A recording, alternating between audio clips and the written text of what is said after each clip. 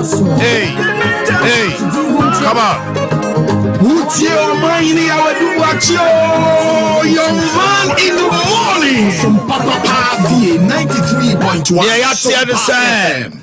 Operation Recover All Loot. Ora. Nyame aduma na wochi aye kosimu no. Womo findings ekokto Omanhene John Dramani Mahama anim. Aha. Na Ade ben sem ena ekoso. Ewo SIC.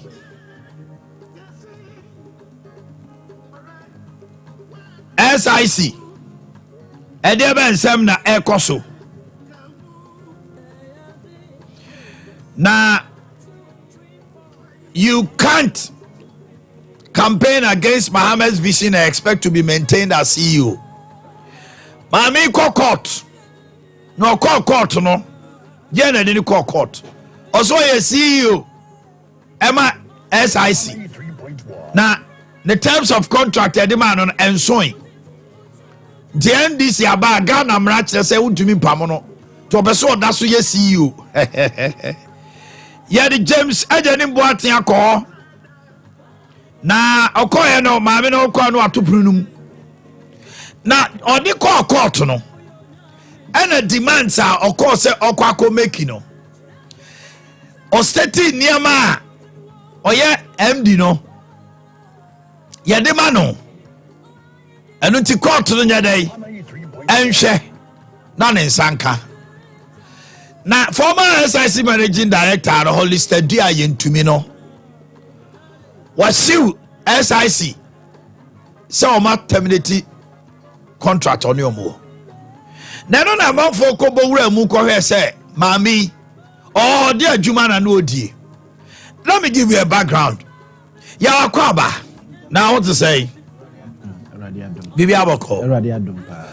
Okay, say baby na SIC life.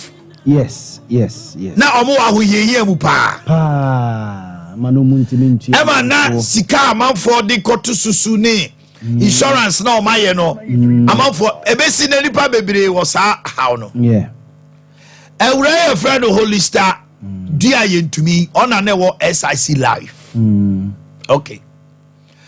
Ensamba honoma na amanfo ye dede afimu peso omo ekobodom pemo honoma. The ATN say she's now been appointed as the SIC managing director. Yeah, you know, free SIC Life.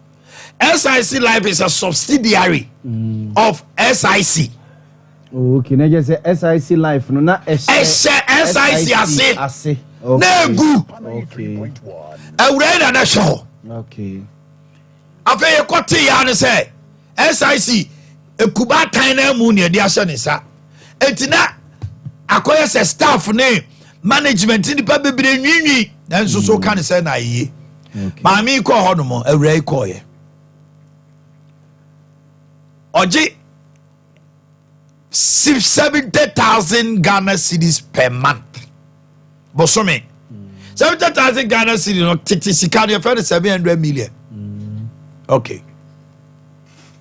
And Tadia Osem Kwa Tadia the ball life kwa juma 84,840 million make up ni trini the obeshe the hela obejina so na ne ho aye fa mo akọ office 84,840 million Musumi bia the odebejina ni e friend entertainment 7,000 70 million. Or the Jinani.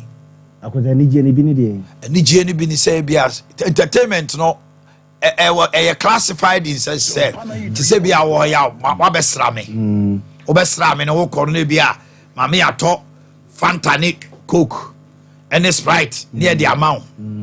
Ebia, Honoma, Nebia, was a menu P. Nebia, Medoko restaurant, third animal, 87,000. Official residence our Timontiaka 3,000 and a house help 3,000 security man now him we nyina no watchman a ohwe fie watchman a ohwe ne fie security odaka na boso me so a yetua ne ka 3000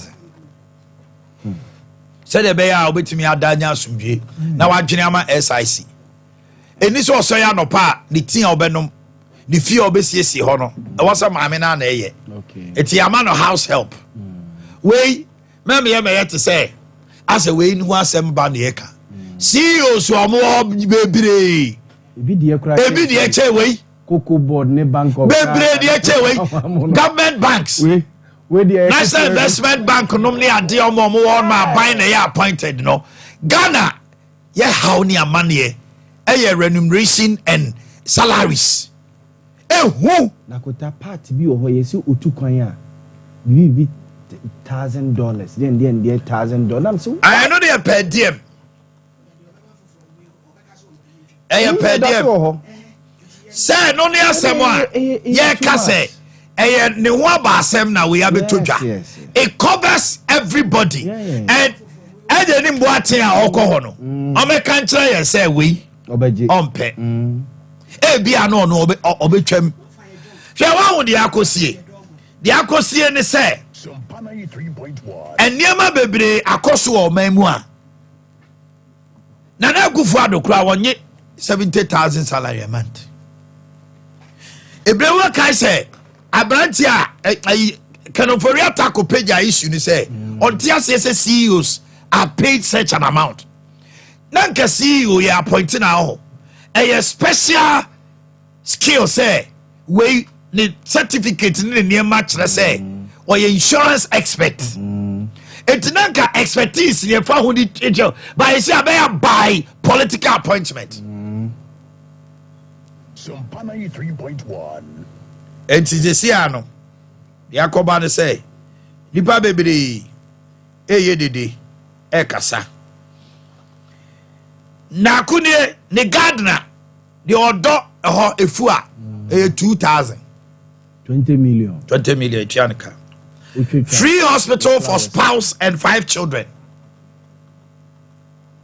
ni inti se awurei se me yere no a mi ya hospital free samra wo ye MP wo ye minister eni mo nko hwe ne ma nware ya official V8 bacho okunu ayo official V8 yo and the diamano and 450 liters of fuel Tiemio Bosumi ni nyina 450 liters of fuel 450 liters aye okay $3,000 there for cry 50 ni take it afibia no ya man $3,000 so offer to take it into kwan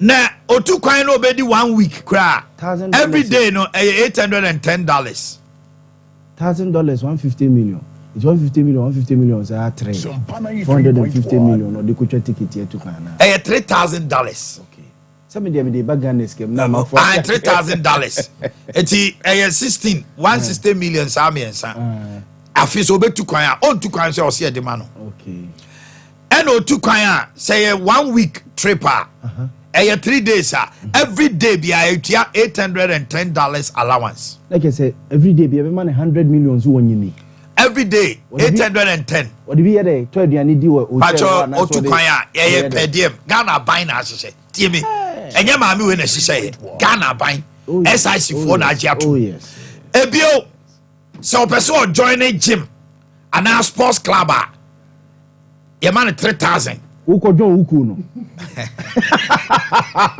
ukojo exercise no efa month be a man 3,000 da bi akota no efa ho bai ukojo etina kete SIC manager eti we no ni o mekani nyina omo samene apple ni nyina ni eti ye kani nyina bom ba ko ne dia bro se ji bosome no de bosome no ye kan nyina bom eti obi onuma woni made a otua ne ka eti ya twa 3,000 eti ono na Jesus ka no otua made ne ka garden boy obi oni bi o so ye de ma no mamini komo bi mra Rashid Computer deputy director elections supporters of Ablekumanov you see NDC supporters intimidate MPP for Ewa Blekumanov Mami kwa homa so. Good morning. Good morning, Now what to say? Boko. Yeah, the bad yes. Able Kumanov 93.1. about to open championship koso. Now no don't pray Ade Akye Abia say. NDC supporters move reun MPP for. Oh yeah, deputy director of election. I say me no kura be no. Asamfun sa na nipa na your friend honorable. No ko tina hono ka asamfun kasa. O say that asemfon. Oh, na eja Rashid. we will say we are honorable member. Now ko tina o supporters on. Now country almost say NDC nipa dia go a omombu. Omonya day. Sompa They say that they should beat up NDC members. Yeah, no kasa. Do you think this man is qualified to be called an honorable man? These are the things we do in Ghana. All these problems, they see Ghana. No. You see, characters like that. Who will say, well, you're fugitive? When himself, Papa, no, you're fugitive. This in Kofedwa High Court. They are looking for him to serve you. He's dodging service or dodgy service. Who will say, he's not parliament. No. He's not a proper MP. We are chasing him to get him served. So I'm about to answer that question.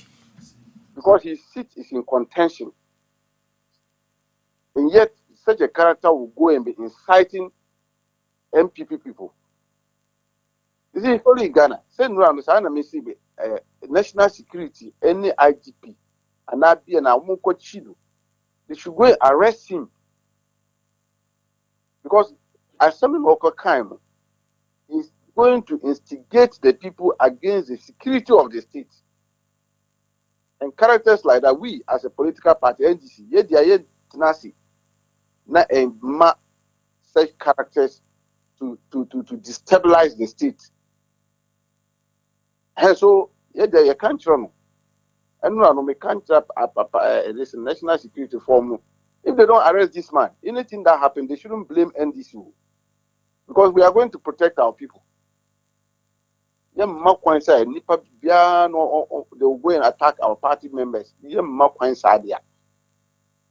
we will protect our party members. Because at the end of the he has dared us and is inviting us into violence. We will not follow him to that gutters, but we will protect our people.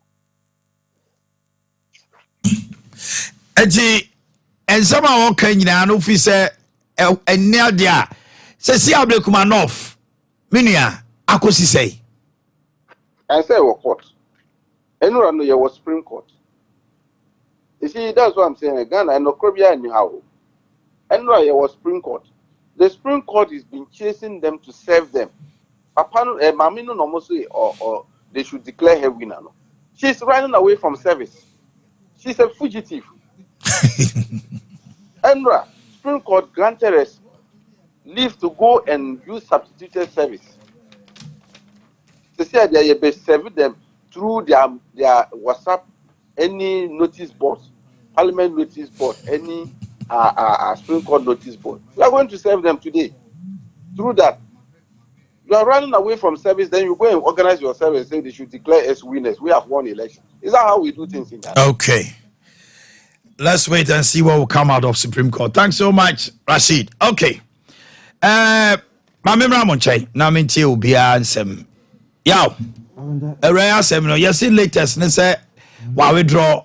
Yes. Aban no na share agree say. Yes. Obema no 5 million Ghana cedis. Yes, that is what we 50 billion. Yeah, na kuku akrade ato so. Aban no say in settlement package. The embattled former MD of SIC holding steady into me has withdrawn a lawsuit against SIC PLC and acting MD James Ejenum Boateng because I bind to say na lawyer force what to no for say kwan of fast so eyi no free ho no enye kwan pa aban no efi say enseseye no nyina akọ wie say ewura no SIC a listed company me boa Yes. And you know, board no yes. Ghana you have about 30% shares. Yeah, Ghana were about 30%. And a 70 year private. 35%. And you know, the new board will be constituted. Yes. And until that time, they say compamano. And was you. And I buy see any out of court settlement. Do we judgment debt and I we day. So we now say yeah. And I arbitration or mako. Yeah, can a demian can a bunting. So now dear, nyahe. Oh, radiyame. Na asemno. Yinyem. This particular thing, where is the source? That's one thing.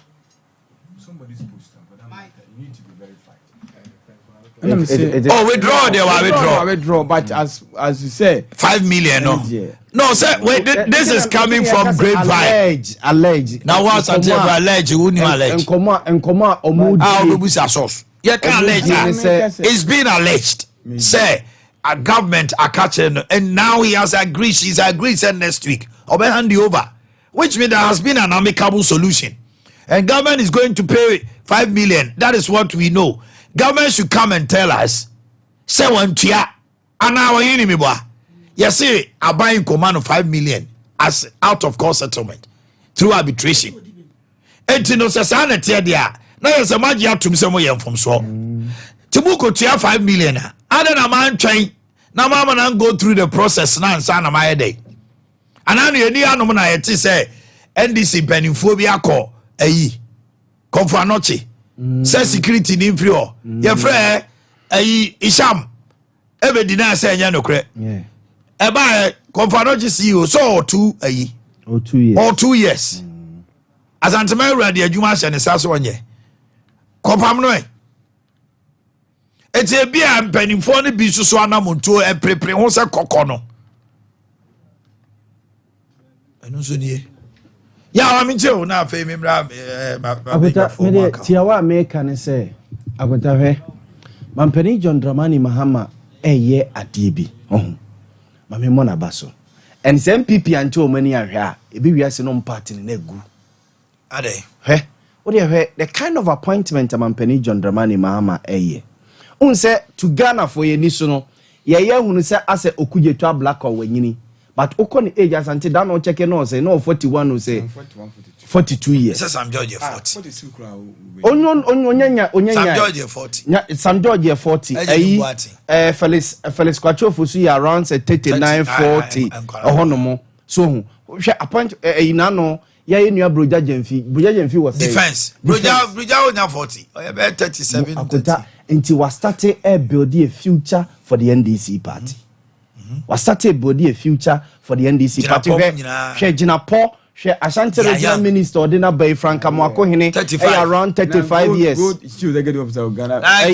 PMMC 34 years. Akota or building a future. SIC, SIF. Yes, Abbas no Rastafo J. A friends scholarship secretariat. Our Eduji Tamaklu.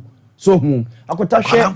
Yes, Nkolankwa. Penifonu so dwa. Akota penifonu dwa wo madwa no sese no. Akota started with Professor Atamils. But no de na anya Pete se ne. O man nkwala no ko share penifonu. Ko se penifonu ase. E na nkwala ne di sua de kakranti na ma Ghana fo ani so no. Ye hu se obi ti se okujetwa se wanyini maye. Onyini because oshase ntam as akwala na ose Professor Gena no poko agemanase as education minister, deputy education minister sabre no na ode ba ya no de bedi MP enene ye hu ni se no na MPP amma Jekufo kwan Jekufo ba no farm rantie be from special assistant. Yeah. At the time I second term na aye bi mo deputy minister. Yes. And or catch them penny for squad and another domonomy I did say. Mommy uncle. Now the next generation of cabinet Japan, money younger generation. And may take you over. Yes. And I'm sure do the area quatrasi. By the time I'm mobile power no. Now more ministers work for pension money. Yeah. Tinaka was an another so shas ye. But I could penny for no board on the one or do mugu. Oh, yeah, no, so now we're doing penny for no. So se penny no so no woman atete nkwada yi enti so no so kwa kwetena fie kra Mampeni John Dramani Mama, I started with the board appointment where yes, Alabi, Professor Joshua Alabi, yes, or is it GCB who say Ghana Commercial Bank or the Neko as board chair, yes, or constitute to the board, no, you say Ebimo Honoma was starting no mudin commerce ambassadoria near Maniama or Munsum go or ye penia, what bobra, and it is so could see or minor name or baby, not Junimu dot into the BB Befia. Emu edu sadia na Mampeni John Dramani Mama start ya woye ne MPP ante o mani anwe no man passem bi ampa na mo bi antu amfa ho na omoma the likes of sa awurai ene CEOs bi a omo time aso wo so omo ko akonta semi ye CEO asem no court intimidate enye awura na asem na meka but semi ye CEO Mampeni na nado danko akufo ado appoint me e ma me kokuta sa position we semi kuta no afe kura no a akonta bosome so a ye ma me 700 million as aketia afimu no nyina ye ma me 800 million sa me mfa nkoto atade 84,840 million sa me mfa nkoto set ensa afimu no nyina o bosome bia ye ma me 70 million sa me mfa nkoto club eni koku nom enko jimani so akota afimu no nyina ye ma me sika me mfa ntwa plane ticket entu kwan enko nante me yere ne me ma eni me kunu se me yoba me kunu yare a oman ne be hwe no me ma yare a enum oman ne be hwe o mu nyina de ama akonta enti se oman na yes ade we nyina ama me 4 years ya enti sebi me yekohwinia to the extent say sika ne mantiri a moa bia no anto honom asa koba se maban no efiri so a na se bia ban na wo ba no ne tirimo den se de kora no so won fini a mintini emmobra na akutawe saade we ya MPPC was ni bi eye no se aban no se bi adwumbone ba aban ni tirim se okay money ye betwema so a ye be start ahwehwe mu niamam ya hwem na ebia mo akatua ne niama a oman ni ye de mamo akatua na mo die ye de beto obonti ama manfo hu awudisem a na ewo mu tirim se aban ni start se o ye saade na automatically MPP party no beba be ye hi o Ghana fo ni so because they don't know say eyade a eye by statute. Yes, it is. So on tire Ghana for ni empekurate. Guade we ya ba beto dwase ye say ewura no bosome so a o je 700 million. Ya afimu no nyina ma 840 million so mfa nkoto set. Ense ya ma 7,070 million so mfa nkoto coke. Any fanta nom entertainment allowance.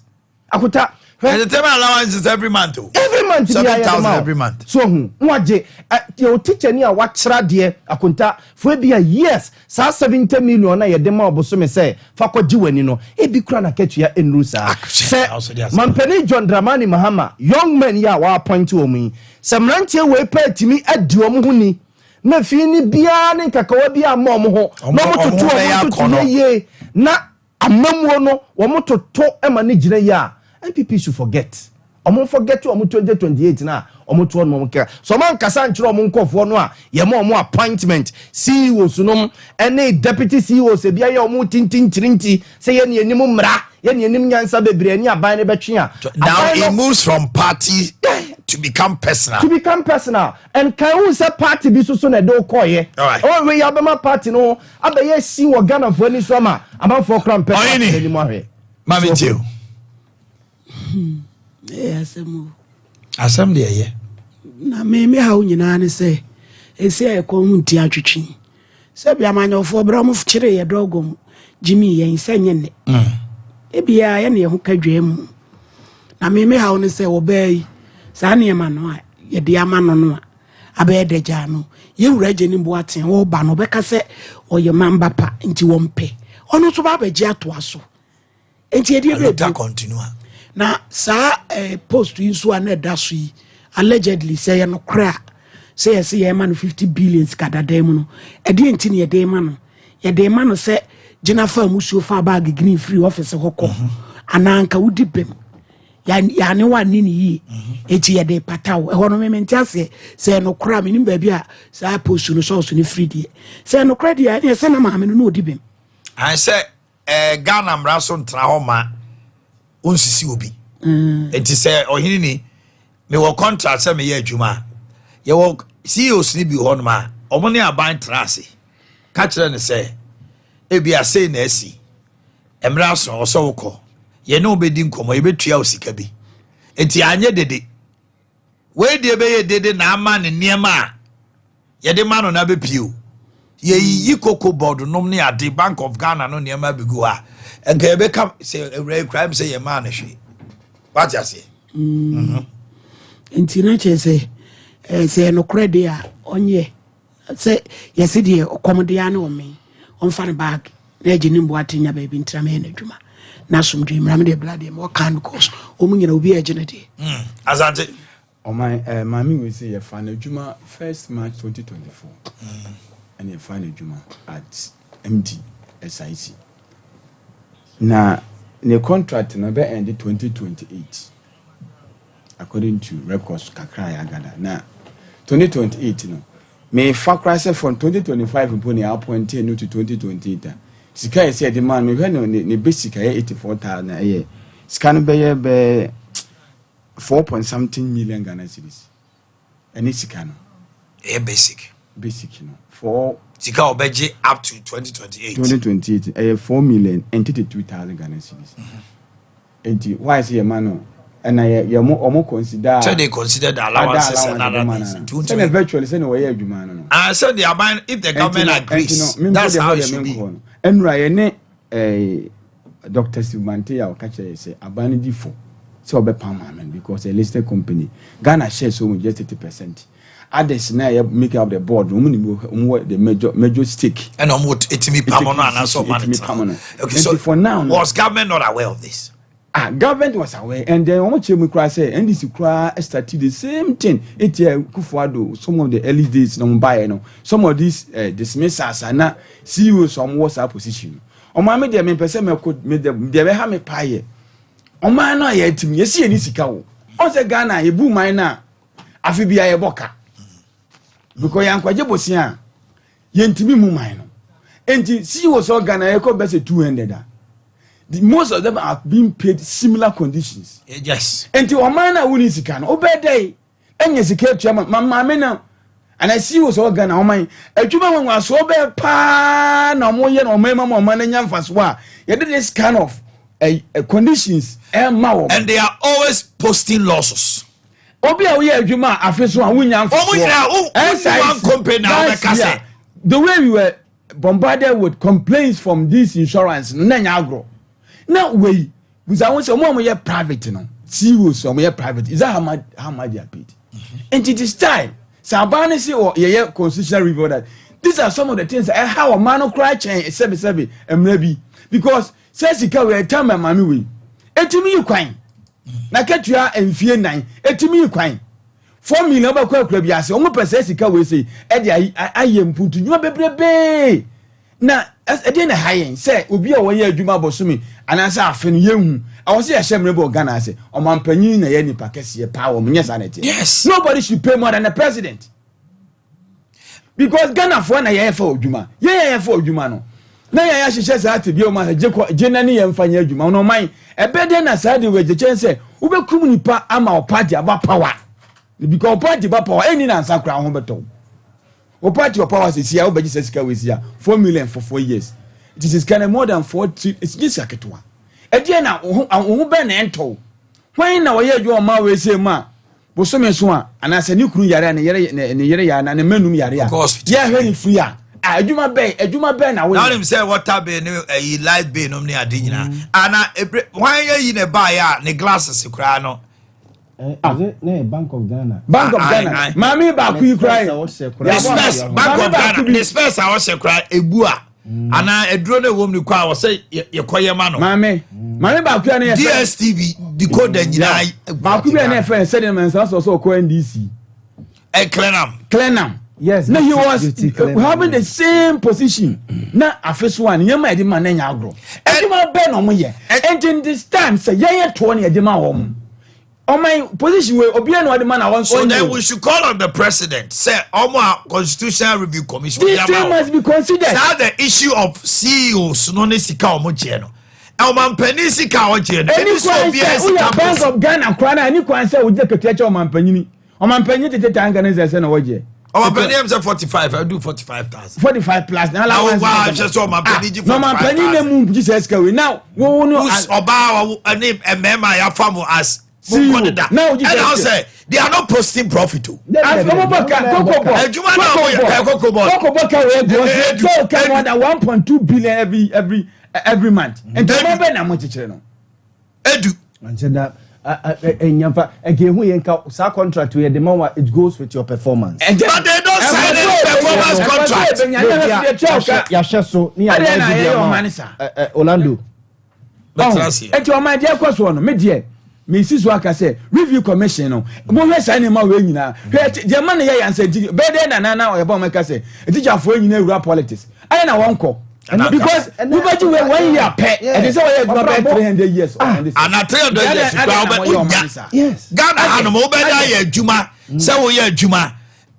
Bosomi akatia. Ye etia ne kapa ye se etia ne ka no. Ne annual salary 1.2 na ye se etia ka 10,000. IGP sika kra ne months are 8,000. Akotahwe ye ti Ghana ha say doctors nyina pe politics mo akọ. Lawyers nyina pe politics mo akọ.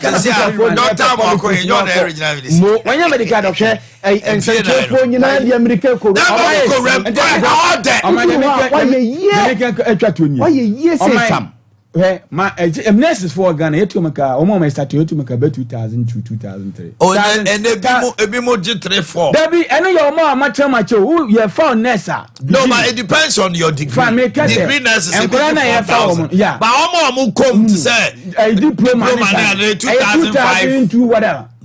Mami we ake tuana wajen 84,000. Busumi bi otimi fa 70,000 a month. 70,000. Yetimi tuana nurses more than best 20k. One only nurse whose contribution will be felt in this country. Until Omanhene Yaw for the Yisa Ketuasi semi by friend say. Fair wages are Senka ye be similar in Yamani Nanka ho contribution also performance. Oh, that Jagu on my Yasako square. Why was it to be signed performance contract? Yeah, play I bregu because yeah, a 2 IDJ yesu who are bound to amanfo di watem ye tua to nyane edumi aban na we gigi sika na komani pa bi o mo ye adwuma ye hu so mfaso ma o man deadly kokwe GCB Ghana ECG akatua e bi CU oje enso so ECG every month bia mo boka bi ko mo ntimi je tax they say state housing company wine company wine CEO seguo nyina end of year they post losses na kota eno na men losses akotahwe esikane enema yedema wo mu basa nkrofo we so ye bo mu di omo converting o Dabi no amane bag so no spend more than it's as if say wo me tibo yaw eno am tie niema we nya nam say na ade na Ghana has CEOs omo converting asema ba me tibo na no pe waka yo to see say ye ko he o competence CEOs are form me say eno anumre yaw be ready ade na nam say na de na CEO say wo Ghana omo convert akota we mo tete and so minister be ko omo katua ne ade mo che ministers na ministers 24,000 or something omo ne MPs it we better na minister 24,000 the only thing is minister no adodode bi wo ministry ho abia no na ebroso but omo ne MPs the same see what you know man flat every 20,000 a month we be awunya jai because my tio where garden anasem kwa na em ye obi odo no abosume so no mo de atumu obekofie kwa na bia ono na that town no na made of fio security owo ho no ne ade obi ho no mo a sa na ma we nyina no ye quantify no na de akaka tua no ho na de akaka tua no wa ma o so what gardener so one calculate whatever who calculate sika no a ye de man for 7,000 plus 700 plus gardener plus one plus one na obetima je 1 billion a month 1 billion a month. And apart from that no so allowances bebre wo ho bia and they said ya na aka say minister nya bi ni ma ti bia broso ya sem na aka yi si wonu benya bi abusuafo yemfa agudie nsem ento amoso ha sisi ana Ghana de omutwe e condemn. Let's get ready to. My name is Kwesinya Ntech. Sompa FM.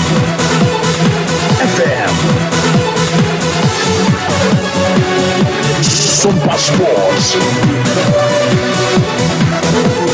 Sompa Sports. Sompa Sports. My name is Kwesi Antich. In this region, sports is all about Sompa Sports.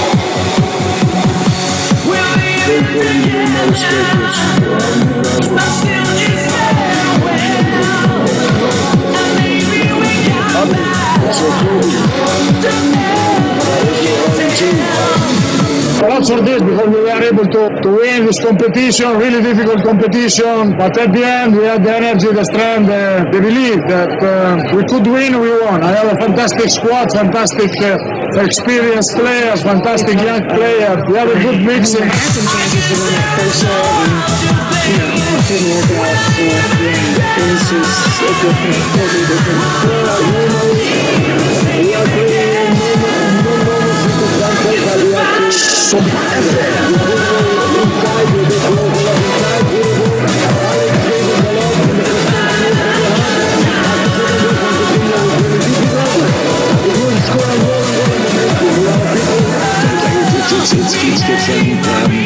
I say after we lost at Skinnery and Basel and Kiev, these kind of things, it's not bad to get to the final and it's already kind of success. I don't know the success you want to have, but I have the strong feeling we can win. I cannot believe, but I really happy. Lots of this because we were able to win.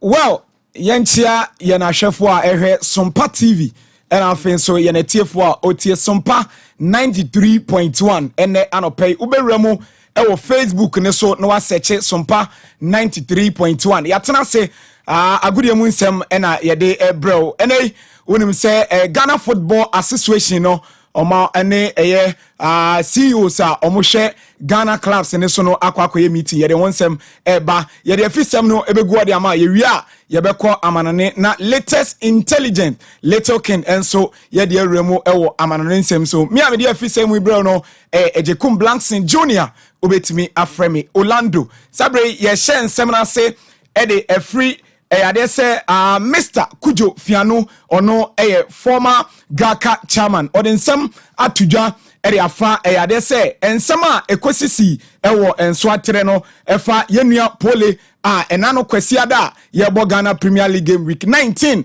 nipa bonifo bi eje ne kra efri ne nsem enso ehono na Kujo Fiano echemu pade a nipa bonifo a omudi bonifo semi no ese emla no ene omudi na asotwe bia ewo ho no yetimi edemom yenko tie Mr. Kujo Fiano.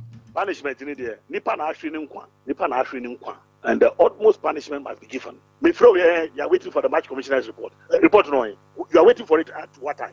The general secretary should be answering questions by now because BBI who pepino GFA like I said for general secretary who pe general secretary referee's appointment omu manipulate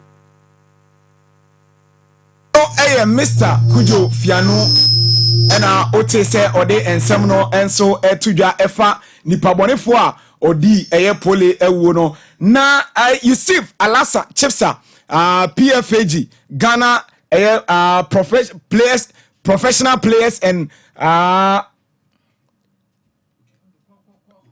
omo ede ensem atudwa Chipsa echiremu pade a ade se omo no PFAG no omo nso so sa enoma ne so enso ewo enoma ekosi ewo enso atere ne yekotie Chipsa from the players union no that condemn this act from the players because football is a competitive sport there but at the end of the day no players no they all belong to one family it's nanka you expect say baby a union through any equity way in term no at least to come back you no bin term a o mama ka no be pata sa tu na mentim ho ase abom term but we dey ankoba ne sa dey hu ani say all others no mo no atu abom ma o mo ne o mo eko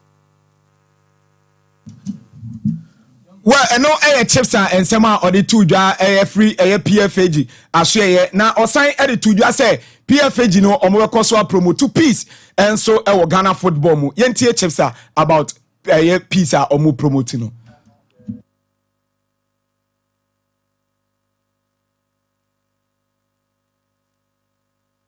the kind of one boom, but the more unified we are. Yeah, exactly. So let me say, can Debiano, if we cheat in Kabum, say the level wire, or the kind of one boom, but the more unified we are, the more stronger we can. Yeah, far incident here by Summer, that's how it's for Mufo. Nicholas Ebanisa, Nicholas supporters, they won't say less confidence, will be 29 1 in young, maybe teacher and young, so that it shouldn't be so. It's an idea. We don't want to be seeing such behavior and conduct on the field from the players. Well, no chips are any day a year and some way a two jana chips are econo and or sign edit to just say football and ne amanyosem and our friends so ebusuasem any trackabia entino and ya say obeka se me wo amanyokyo way and I say me wo amanyokyo way entino many way enka and also yenti and sama chips are a cadifa. Well, a great unifying tool, a good idea, I think, come on back. Also, your political affiliations, football, one of the sports that they do and for politics. I mean, over club, supporters are belong to different political divisions and sectors. Over Kotoko, NDC new room, NPP new room, PNC new room. I mean, they do football now. We all forget about our political affiliations. A kind of boom, football are there, kind of boom. Well, and no, Yusuf Alhassan Chepsa PFAG and Ode and some to a jano na area no and I call Gaka chairman Fofra ye Mr. John Ansa Ekobusa and say and she bena sisi Gaka no omoye and was say omude a futio ama they say IGP so chempadia all the 16 regions omo enyi a police for special omobeko venues na fin so omako protect life na fin so omabo enipa ho kwan ban ewa bra ye bobo ewo agopramas yentie Mr. John Ansa Gaka chairman. We did propose to him that we want most senior officers to cover the 16 political regions to be in charge of solely sports issues and references to football in particular. And he has assured us that they will get it done. The second one happens to be the numbers we get out of league centers in terms of the numbers of police. He has addressed it and has assured us that we'll see some differences now. Okay, and no Gaka chairman Mr. Ansa about omu proposal omu dia koma IGP no eno na Endra GFA and so any CEOs Ghana Premier League nim Asia etwe enkomo ene omone supporters leadership no enso ebehia na omu meeting no ena yenua Frederick Echampon oye ESCO member Ghana Football Association no my update meeting no enoma ekoso ene eda Ghana Premier League sign return back. I think the league is supposed to, because one of the agreements is also that after this, tomorrow we are meeting with the supporting leadership. Then next week we are calling all our match commission. Because we're going to keep them through. They know it, but we need to enforce it to the latter, especially based on the agreement today. Some of the protocols we are doing here. We're inviting all the match commission to also take them through. Then the following weekend, if nothing changes, we hope that the league can resume. And no Frederick Echampon achi and I would say ode and some etuja or chemu party Sisiano and Chebiano Ghana Premier League no SI ebe resume and so Ghana hase na MTN FA Cup Committee omonso eden sama betuja omuchem party on the 11th of February MTN FA Cup run 16 draw no and so ebetimi akoso 11 AM and a draw no and so ebetimi abaso sanso Ghana Premier League nim December and January coach of the month omode ehon ensem ababe tuja nominees papa ye friend Dr. Prosper Nate Ogum ono head coach Erema Kumasi Asante Kotoko na ade se obo 6 matches win 5 draw 1 when lusu game or share 11 goals concede 3 goals and so no Asante Kotoko head coach Prosper Nate Ogum Sansona Hasselfolk head coach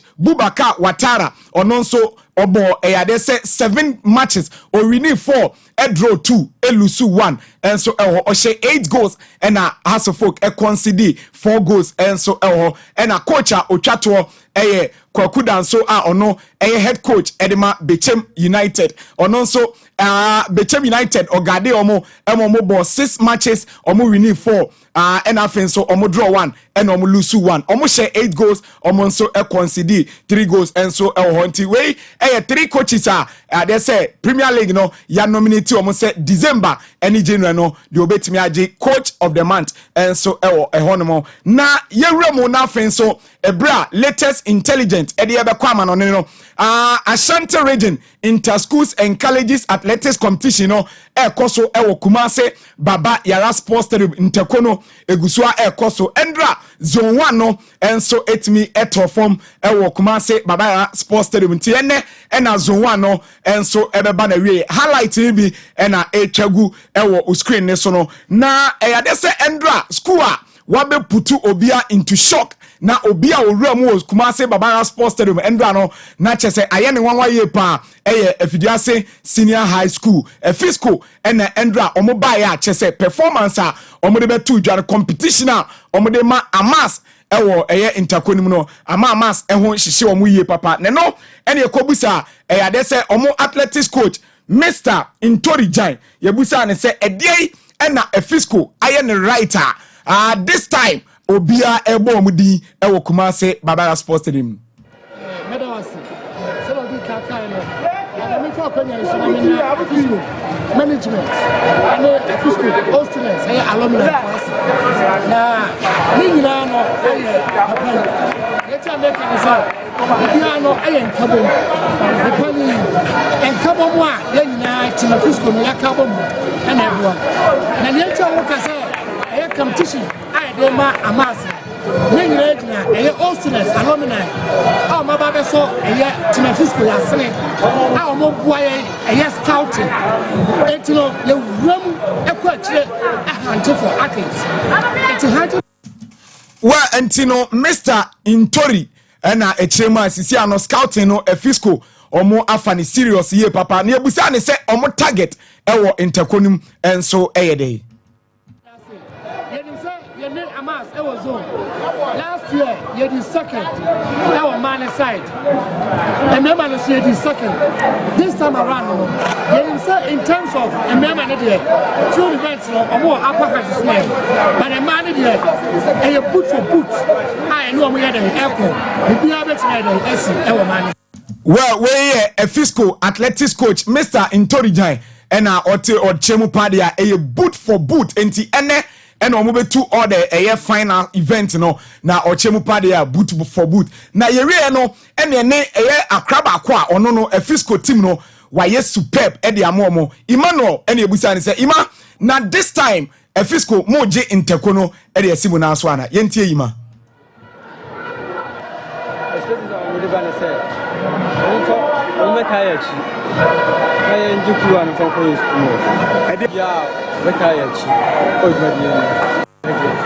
yes enti ima echema ene fiscal omo hese omo beji interko no omo kire omo old student no any current student ni na say ene omo mfa massive support and so emeta omo chi ne wie no ene ye call amas omo so athletics coach Mr. Isaac ene ye ko bizan say amas obia nim say interko ne de amas mo na mo be taken by storm but a fiscal competition omo de mamo no my surprise ana surprise me as a coach there. Surprise me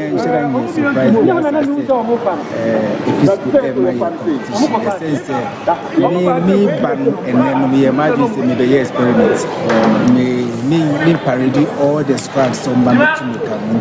There are some people me by trial in some of the events. I should say this person as even if you had well, no, coach Isaac Edema Amas eno chemu padia ono onye surprise ba kra na ode ensem kakra ema Amas old student the current student. I think the message I'm going to give to them, she still have hope in the team. Moving forward, like other schools, you can see a lot of the athletes are from Oba mass. So I will not say a lot of them are informed, but a majority are informed too. So next year, like, it's going to be more better than this year. So I'm giving them the hope that for Interco we are going to win both boys and girls and sports. Inshallah, I believe. Well, Entino athletics coach Mr. Isaac Ewo Amas T.I. Amadia eno Ewo Kumase no Chemo Padia Interkondie omoye de ombeji ntino fans no enne momra meta omachi omobeji ntekono ede amomo ensem ne doso nanso ebredi ntino ye de afisam no ebesia na yakọ eye Little King latest intelligent na ode ewremo enso ewo amanone Liverpool endra ni gisema omode bra omo fans no ene de akanyina little ena ebemaye update no. Okay, yes, Orlando and the attendant can we did this now. Ode Orlando out with Blansing kama pa Jekum Blansing bia so e Oscar na wo de te Blansing bia Oscar na wo ni hu so Oscar let me dey nya medu nti eba abu so yen kono fe yen family no stop them live on your Gotian Super Mega Dial 93.1 Sompa ana wasugu so wutenom wadaruba mpacho de tenie obeko Facebook reso aya Sompa 93.1 FM now promote follow na share now do message na pa Sompa TV also ewo YouTube no so now promote subscribe now for do message na pa na kenkan also taba we to be so and no pensima wo to be and ya te pa what you say na mpacho de tenie uram also real but to boboko na so ya and China me to just Urobo Saudi Arabia for Omonia Brepa. We must have Bronte for the US State Pastayo, Oliveira Vinicius Jr. Dodo for the Vinicius Jr. Osiakai, Astro de Bargelba to Bobokono, Namia Tumnes Sis Westwa, Omo Pasta Bronte for the Vinicius Jr. FIFA World Best, a Bronte to be bar, not for Babesaka was Saudi Arabia Pro League Grimo, Nanyama Sweat Tobacco, the Ama Bronte for the Vinicius Jr. No more Professor Bronte for the Vinicius Jr. Sir, Namia Tumnes for Jitum. That's what so Babesia Kain. I was Saudi Arabia Pro League Grima. Me pacha Fibiano, over money 200 million euros. 200 million euros for every season. And in this car, Saudi Arabia for now, Edema Brante for the Vinicius Junior Nafay, Omasa Promesa Brante for 5 years no Babesia Kain. I work a Kabuma. I have 1 billion euros now. We must stand the bonuses outside the Pia Brante for the Vinicius Junior. So now for Brante to many years, Tam. And this I expected. I estimate that Namia Tunasa Brante for the Vinicius Junior.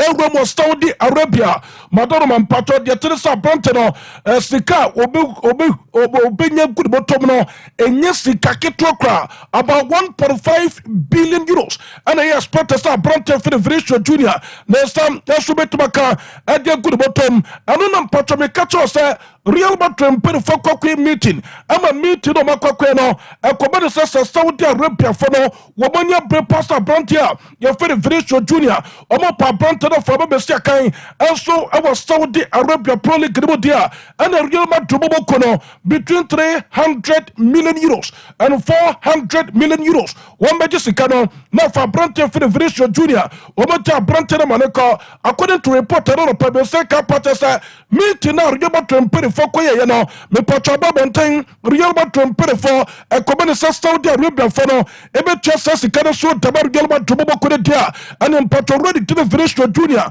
Omo Telecoin, Nafe Wakoko Siakai, I was Saudi Arabia Pro League Grimo, Nanan Patrono per report to the Seka Patasa, Urobo Saudi Arabia Pro League Grimo, Sika, Omo Paso Bar, Abafa Bronte for the Vinicius Junior, no, and you Vinicius Junior, Kodo Mopano, Omo Bronte for Rodrigo de Gota Sova. And also another Brazilian, also Canterbury Gaba to Bobokona, Amo Pastor Brante the Banner for Bestia Kain, also Saudi Arabia Pro League Grimo. Now, according to report, I don't know, Pebeseka Patasa, Real Madrid pay the first 30 Panomo squad. No, Namia Tumnes, the Sid Neswa, one run, our ass Nabobo Kurmania, one most of Brante, the Tina Williams Saliba, I'm a Patrosia Kain, the ass Nabobo could defend. No, Amo Pastor Brante the Bar, now for Brante for the Williams Saliba, Ebestia Kain, Aston. adaba gelba tubobo kuninte gelba tumpere fonia bre ababi patobo shede say Saudi Arabia for no at between 300 and 400 million euros at the bar me patron bete no matter brante for the Vinicius Junior no almost started air planet a communist star brante for the Vinicius Junior niwa play a bet part of mutine pass ideally obeto replace a brante for the Vinicius Junior our Real Madrid squad no na Real Madrid put the fortress was that me patron brante for the Vinicius Junior no so niwa ya brante for the killing Mbappe Lotin and a bet to replace no our Bonkuma first one ways for afei womo the player obeto both wings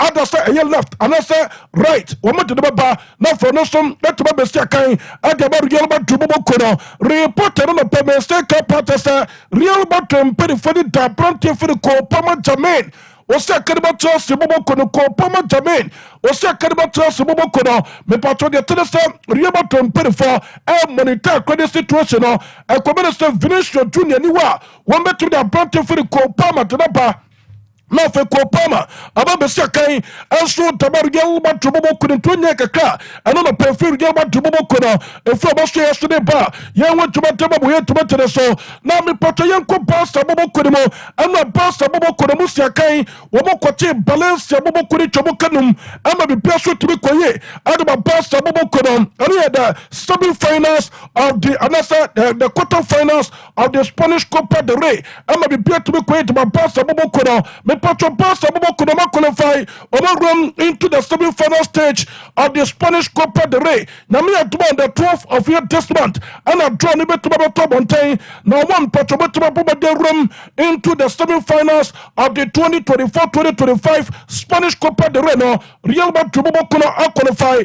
I'm a Patron run into the semi-finals. Atletico Madrid Bobo Kuno as well. Yes, semi-finals. No, Barca Bobo Kuno Becao, Real Sociedad Bobo Kuno as that qualifier will run into the semi-final stage of the Spanish Copa del Rey. Namia Tuba 12 and I'm talking about top on 10. Now for Namia Tuba between 26-27. Near Tima started up on first leg, no, maybe Pearson, that Tuba can take a car and on a peninsular bar. Now me Patron Basta goes now, or moment to be boy, and maybe Pearson to be quiet. And about Basta Bobo could have bumped for the Ferran Torres Garcia. Abo hat-trick, the Basta Bobo Kono, Femino pass, and to be a goal.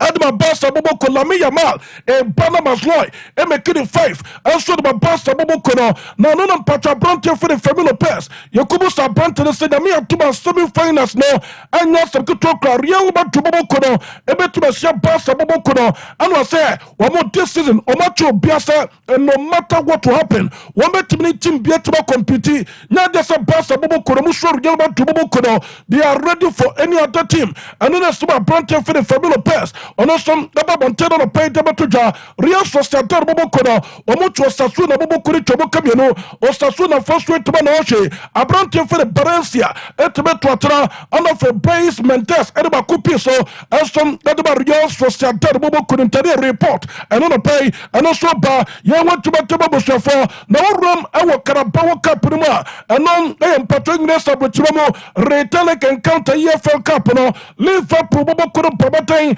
to be 9 tournaments probable couldn't to Manoshe. Me patron first leg and to be toja tournaments probable couldn't to Liverpool. And Chobokabako, no man to Manoshe. Retele can counter Liverpool for us 9 tournaments probable couldn't to Manoshe. It 4-1 on aggregate. Liverpool probable couldn't qualify to the next stage of the competition. A branch for the Cote Baptiste Gapo.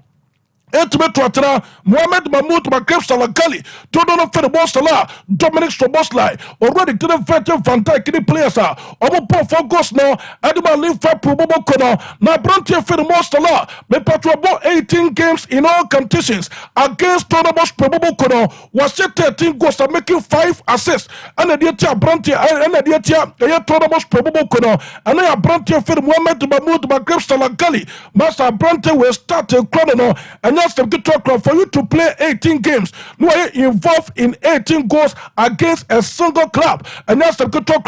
And to way enemy Patromon Salah the record against Tonomos Probable couldn't take a car. And also Bam, they went to Batababusha for Okotas, Bobo Kudaswaya, a brand for the Ade and Mac Israel Guay, Toronto for the Maguay, a player, or second about Crystal Palace Bobo Kuno, also Chelsea Bobo could transfer winter the more, Crystal Palace and put a front play. ama Bronte be start kan informa Chelsea boboko no Chelsea mpere foti the pass na me atuma me patron next season omo ti the pass Bronte for the Maguire ebe bam oba be start kan eso to Chelsea boboko no between 60-70 million pounds Chelsea mpere fo betu betua adama Crystal Palace boboko no ama Bronte for the Maguire I was start kan Crystal Palace boboko no defender no Sompa abe start kan eso to Chelsea boboko no afa Bronte for the Jean-Philippe Mateta a player o start kan Crystal Palace boboko no ono so na me atumne season no so ne contract e pede wi ya Crystal Palace mpere fo Bronte we ya o se gbede on se kan on for pen NC Carter so e started the contract no former Crystal Palace boboko no Manchester United Chelsea boboko no omo pa Bronte for the Jean-Philippe Mateta o se kan Edema Crystal Palace bobo couldn't report and on a permesteka na me atuma 9:30 at a full-time duties now also ba oko as the bobo could so ya Abronte for the Martins to be menti Banes or say about yes for Stade bobo kono on any player ba to replace Abronte for the Jorginho all of it Thomas Tepate and one fiwa now report on a pay Mesteka Patterson Abronte the thing and Nico Williams or say kind to bobo kono all of it Matthews Essa kind to move on to one to Bobokono, South two wingers way, Aston Pele for the Bubakuma, after in terms of your striking houses no, I have brought you for the lesser than shock. Now, Soboko Newcastle United no, Newcastle United Pele for some 150 million pounds. And yes, it comes from Aston Bronte the Tina lesser than shock, or Mata Bronte the Manako, Aston Pele for register, one bet to bet 120 million pounds. I'm a Bronte the Tina lesser than shock. I be second. Ask the Bobokono, Namia Tumness the Sid Neswa, about the Chelsea Bobokono, ask the Bobokono, and of the other class now, on the competing for the signature of the Swedish international ready thing, and some any Alessandra Ishak, was your kind, Edman Newcastle United to the Bobokon in 20 Kaka, and on a Pemesteka, young one to man, let the Babu here to bet to the so, me patron, me front to the Bosta, Okor Yelba to Bobokona so ya, meet it to be custom, and he has Spanish the Liga class now, and of me patron division 1 class no omoko meeting Riema Tubobo Kunanko ama other class national beya anka emperifo empanese Riema Tubobo Kuno almost say ekwe Riema Tubobo Kuno afa so no fei omoma referees pressure ewo ayespe no enye one share no supporters no riate na koko first and boniaba enti beya anka emperifo empanese Riema Tubobo Kuno tuni kaka and no perfume Riema Tubobo Kuno almost so de banamia tubochina anya Keto Madrid Derby, our El Estadio Santiago Bernabeu to Madrid, España. Real Madrid, and so any Atletico Madrid Boboni. Now, Bronte for Antoine Gressmaster, Sabe Real Madrid Bobokuno Sabunu, adding to the pressure to Rufus, so Rufus no crown Muja pitch the so pressure or Mosudada. After Muti Matia, no more mistakes I want to the best clear, so now for Real Madrid pay for Pesomo, and yes, in your Sampa Rufus Nasa, and Basta under the pressure, also the two Rufus, so and then Sabami Pato ready did Antoine Gressman, Mekon Grizzly Grizu, to the for Antoine Gressman. Ose kadaba Atletico Madrid kono waba bonten na no pass wo de batuja oko Manchester United kono so ya woni so ready to the start Radcliffe epeso ko fa Bronte fene Hurricane Edwards de ba na fe Hurricane be sa kadaba Manchester United kono akrabi ya fene Giovanni Queno Chinda aso ye player we patro se kan Edema Sporting CP kono Manchester United pere foko wa me patro Giovanni Quenta me ken wasem no Sporting CP first 150 million pounds. I said a Bronte for the Giovanni Quenta channel.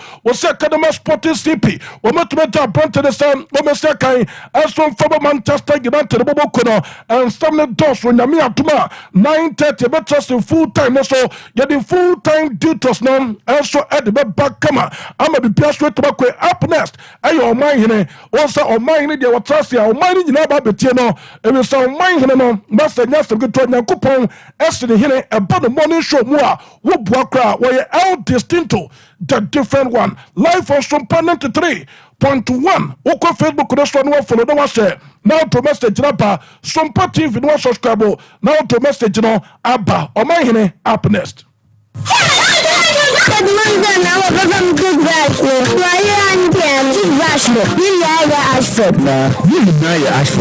That's evident to know it.